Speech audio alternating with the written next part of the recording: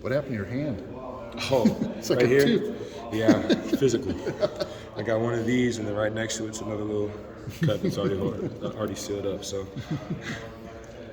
What TJ talked on Sunday about how they had some conversations with you last year at the end of the season and in the postseason about challenging you to kind of reach your potential. What were those conversations like? Were they kind of a wake up call to you or a challenge? I mean, obviously it was a challenge to you, but what was it like for you to hear that? I like the word wake up call.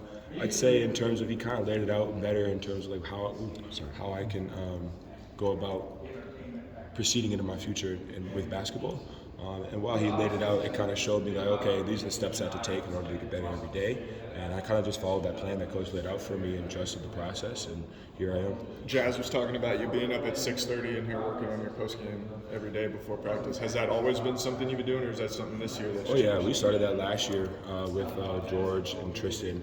We'd come in here early and work on our post game and our finishing and stuff like that. Get ready for practice in the morning. It's a good way to get loose, but also to like really work on your game and do something a lot more slow down when it's bright and early in the morning and you don't really want to do it. But when you don't want to do it, yet you're doing it, it makes it even easier to do in the game. So it's just that sort of process.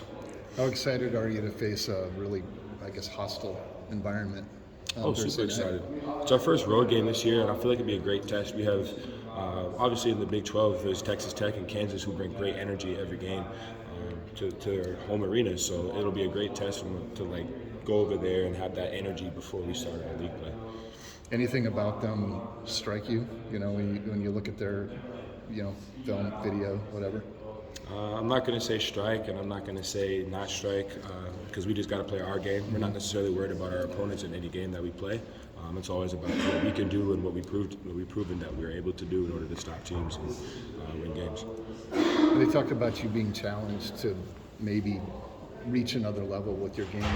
Do you feel like maybe you even had a little bit of a self-imposed ceiling on yourself? Like maybe you didn't think you could take, and you needed someone to believe in you a little bit beyond that? Maybe. I feel like there's definitely a lot to do with like trust and confidence from teammates and staff, and it's definitely shown up a lot this year.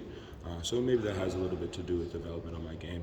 I'd say in terms of that, I mean like just like trusting myself as well, and knowing that the work I put in is enough, and seeing the success that I've had in the last few games is like, okay, well, I have put in that work and I do deserve to be scoring the way I am. So it's really nice. How much more confidence do you have as a passer? It seems like the game slowed down for you a lot in that sense, maybe compared to last year. I would say because the game has slowed down, it's easier to see all of the angles from the floor.